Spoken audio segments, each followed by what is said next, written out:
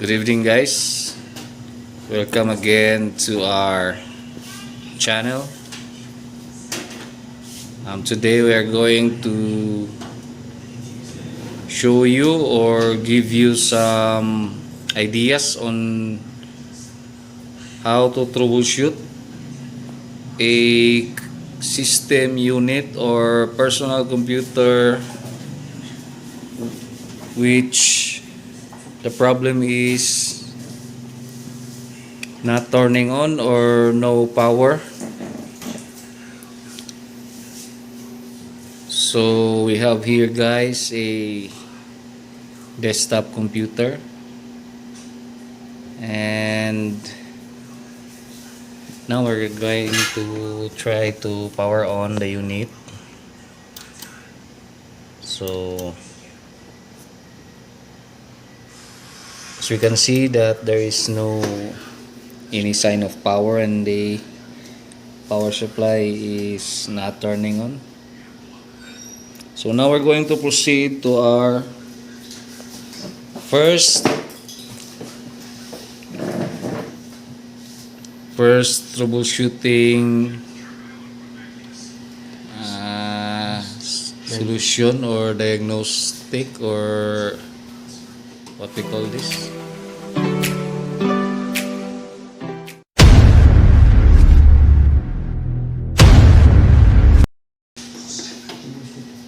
So this is what you are going to do if you are experiencing the same problem. So if your computer in your home doesn't turn on or boot up, so here's what you're going to do.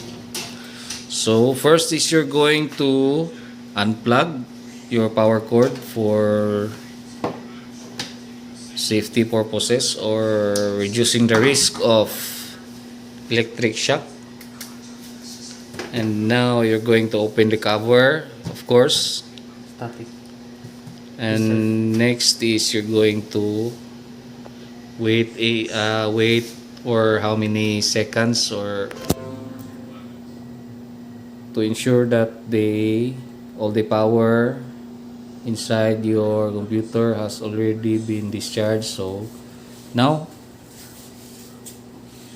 the first thing you're going to do is you reset your BIOS or the basic input output system. So we're going to reset the settings by removing the battery here. This is what we call a complementary CMOS battery, or CMOS battery, or stands for complementary metal oxide. So we have here a lithium battery from Japan. It says here CR2032. So that's it, guys. By removing the battery and Charging. pressing your power button for I think about 60 seconds or 1 minute, that should totally discharge all the power or the charge in your motherboard. So we have already done it, guys. So now we're going to return the battery.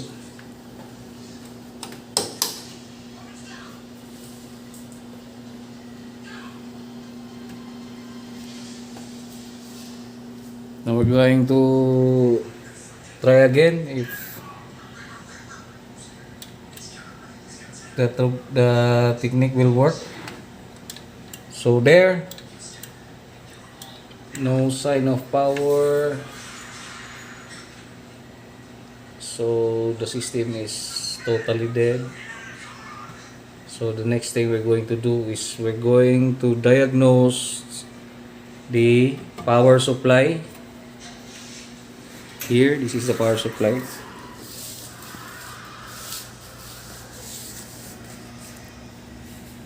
It says here that This is a ATX 650W, meaning 650 watts of power supply. So we're going to diagnose the power supply. So by doing that, we need to unplug all of this, the SATA, the power that is going to your SATA hard drive, the 4 pin 12 volt here,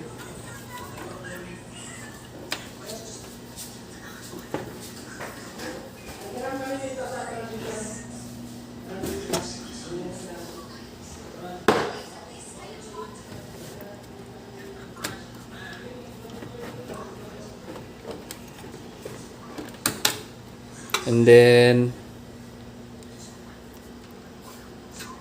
lastly the 24 pin socket, this one. So we're going to remove this. Now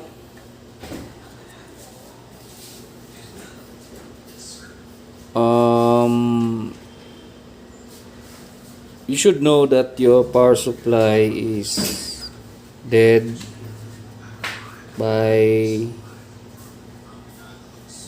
testing it or isolating it by turning the power supply on without using your motherboard. So you are isolating your power supply only. So we can do that by using any cable like this one. We can use this one. So we'll just remove a little bit of here. We just splice here and then the other side. So it should look like this when you splice both sides. I don't know if you can see it clearly. This one should look like this. Now what we're going to do is we're going to connect this one in this gray side, this gray pin, this gray one, and the other end is to the green one here. So it should look like this. So we have already put the jumper from here, the gray one and the green one. So there, you just remember gray to green. It should look like this. There. And then we're going to plug the power cord, of course, to your power supply. If your power supply is good, so your exhaust fan here will work. It will turn on. So I guess this one is not turning on, so therefore we conclude that this power supply is a dead one. So what we're going to do next is we're going to replace this power supply with a new one, and then return all the pins, the 24 pin, everything that we remove. Return the 24 pin socket, the 4 pin 12 volt socket, and this one, this SATA port for power for your hard drive, and then that should do the job. So